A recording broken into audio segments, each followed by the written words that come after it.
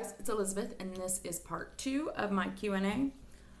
Maybe I can get through the rest of these questions in 15 minutes, or maybe there'll be a part 3. I've never done a part 2 video. Usually I just do them for like 30 minutes. Anyway, I have some more questions from RNY Jody. What advice would you give to a newbie like me? Well, and I have a video on that too. I might post that in the bottom too. 2 things that I would say. I think my video is 4 things to weight loss surgery success, but I can only remember the 2 most important ones right now. One is wait as long as you can before you test your limits.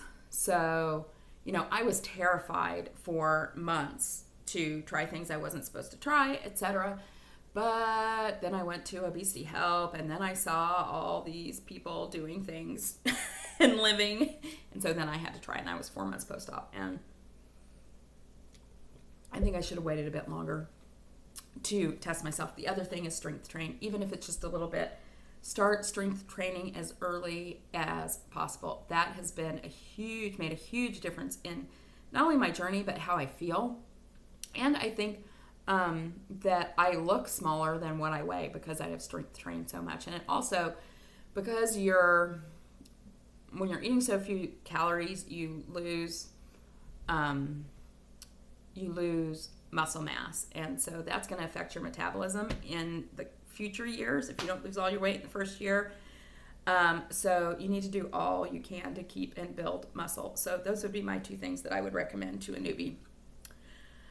What are 5 things you cannot live without on a day-to-day basis having to do with weight loss surgery or your new healthy lifestyle?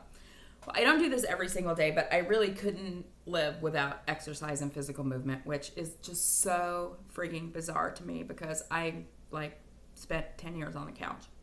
But I really need that. When I'm not exercising, or if I'm traveling and I'm not if I'm not moving my body, I feel it. I feel it from an anxiety perspective, a depression perspective, and I just have all this energy bubbling out of me, which is crazy insane. So that's one.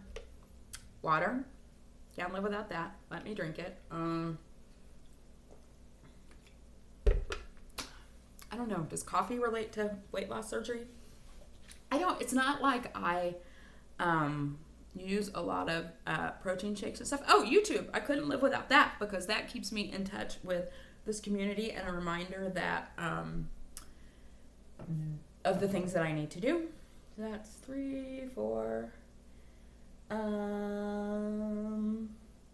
In the beginning, since you're a newbie, I will tell you it was unflavored protein powder or their strawberry protein powder that I would mix with lemonade. I couldn't drink any of the more milky, Premier Protein drinks early on.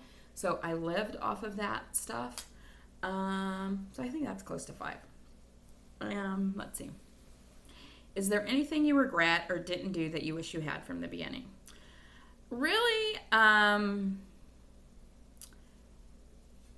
the only thing is, like I said, I wouldn't have tested my limits as early as I did. I would have waited a little while longer. But overall, I think because we had a really good pre-op program at Kaiser and had to lose 10% of our body weight before we had surgery, I think I was very well prepared for surgery and knew what to do, and I was surrounded by people either in person or over the internet who also knew what to do and educated me on that. So I don't know, I feel pretty good about what I've done up until now.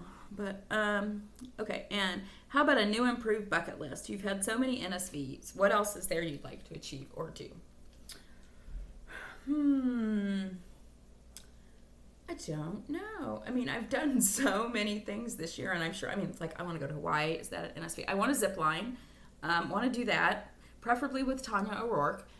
I probably at some point want to do some kind of athletic competition. Maybe a half marathon. I don't know. I'm very competitive with my physical training, and I need to work with Brandon to set some goals so I have something to work on. The other day when we were doing deadlifts and he kept bumping up the weight and was saying, okay, we'll get up to 110. And Jasmine and I both were like, no, we want to do 120. And we did. And that kind of competition is really moves me. So I just want to have a happy life. That's my biggest NSV. Okay, where are we at? Oh, only 5. I may get through these in 10 minutes. Dennis Finney says, what is one of your favorite holiday treats that you used to love before surgery and can still have it now but in smaller proportions? I actually haven't tried this yet since surgery, but I probably will over this holiday season. One of my absolute favorite things was scalloped potatoes. Those are really yummy. And macaroni and cheese, but we all know I've tried some macaroni and cheese. But I just realized, Lindsay, we're like off the macaroni and cheese bandwagon. If you've been eating it, you haven't been talking about it, and I haven't been eating it, so that's pretty good. Oh, speaking of Lindsay Fly says, please feel free to discuss all the new poses I should be doing to mimic any more recent ex encounters. So I should maybe repost those on Facebook. When I visited Lindsay in Portland, I was showing her all these funny old pictures I'd found on Facebook of really old boyfriends that I'd had like years and years ago. And she recreated each of those photos. And I don't know that I've ever laughed so hard in my life. But anyway. Anna VSG OC. Anna, is that VSG OC for Orange County? Do you live in Orange County? Tell me.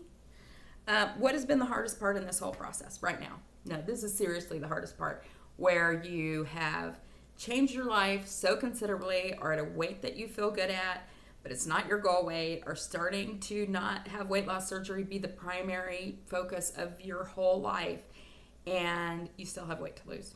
It's the hardest part right now. Jean Baxter asks, what do you do to get back on track when you have a bad day, week, or meal? I guess I sort of think about it. I'm working on that right now, but I guess I've always in the past thought of it as every moment is a choice. Just because and I also don't like the idea of bad foods, because if you, like for me, I don't feel like, if I know like I'm going to a party and I have pre-planned that I'm going to have, a little sliver of cake, to me that's not bad because I had planned for it. I know I was going to do it. It's when I do things mindlessly that it's more what I would say bad. But the thing is, it's just make the next minute count, your next choice count. And don't think, oh, I screwed this up, now I need to wait till Monday, or I need to wait till whatever. No, just do it with your next meal or your next sip of water. Okay. This is from Lynn Harville Thou. How tall am I? I am 5'4", I think, and a half inches tall. So I'm kind of short. What will determine reaching goal for you? So I've had a couple of different thoughts around this. My first goal was, my surgeon never really set a goal. We talked about it a couple of, probably like maybe my 6 or 9 month visit that I made. And she had said 140, and I had said, well, what about 138? Because I've been 140. Well, of course, that was a little unrealistic, and somebody called me out about it on a show. No, in a very nice way. But, yeah, it's not ever, I don't think I'm ever going to be 138. So then I started thinking, okay, I'm 200 pounds, and I can wear a size 10 pant. It's not my go-to. I mean, my 12s are a little bit baggy, but the 10s are really tight. So it's like, do I want to be comfortable or do I want to be tiny? And so I think I decided that it's going to be a size. It may be a size 8. And I was talking to Nirvana on the phone the other night, and I realized the plastic surgeon had said to me that if I had plastic surgery, he thought that they would take 13 pounds of skin off my stomach. I'm like, well, 13 pounds? Yes, okay. That's still like 187 if I were at 200 pounds, which I'm not. I'm at 206. But that seems really high to me. But, honestly, if I had 13 pounds of skin removed, I probably could fit in a size 8. And that's what I had been thinking my goal was. If I can get out of the double-digit sizes, then maybe I'm done. And my first realization was when I was having this conversation with Nirvana, and I thought, you know what? Maybe I am almost there. Maybe I'm not, but maybe I am. So it's been a process for me in figuring out what goal is. It isn't as clear-cut as it is with some people where it's just a number and blah, blah, blah. So I'm thinking it's a size, and I'm thinking it's a size 8, and I'm thinking I'm almost there, and if I had money for plastic surgery, I might be there now. Oh, hold on for 1 second.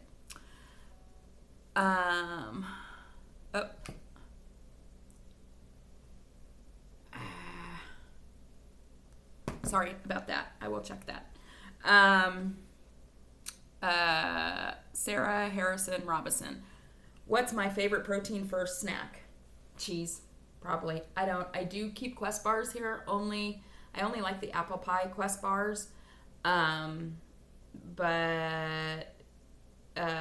yeah, that's pretty much what my favorite protein first snack is. And she also asked, who has my biggest supporter been? Well, of course, my family has, well, I don't know that they've supported me. I mean, of course they support me. They're proud of me, whatever. But I have to say that it's not just one person. It's a group of a few weight loss surgery friends who, or I shouldn't even say weight loss surgery friends because they're just friends. We don't talk about weight loss surgery all that often. I hear everybody saying that now.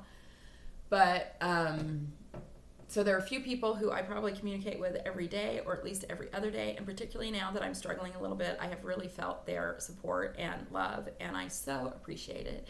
And they are Watch Patty Mel, Lindsay Fly, Amy Gets VSG, and Kim Stephanopoulos. So thank you, girls, for being my supporters and my friends and not judging me.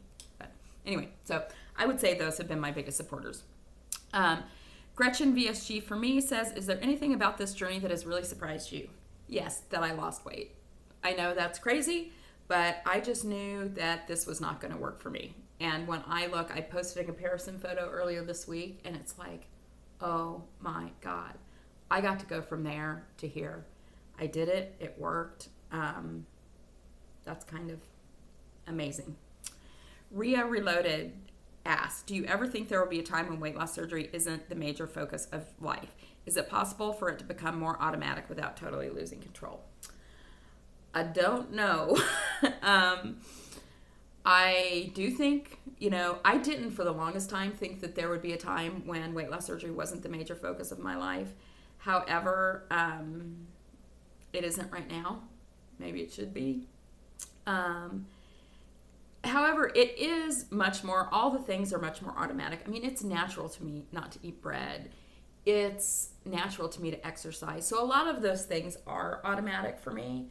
So I'm hoping that it will become more automatic without me totally losing control. That's my hope. I think it can. I mean, I think these habits are pretty embedded, which is awesome.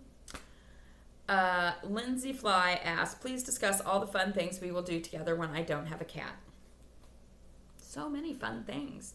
I need to give you my son's number so you can call him and tell him to come take his cat so you can come stay with me. Lindsay's allergic to cats. Also, what has been the best and the worst part of the journey for you?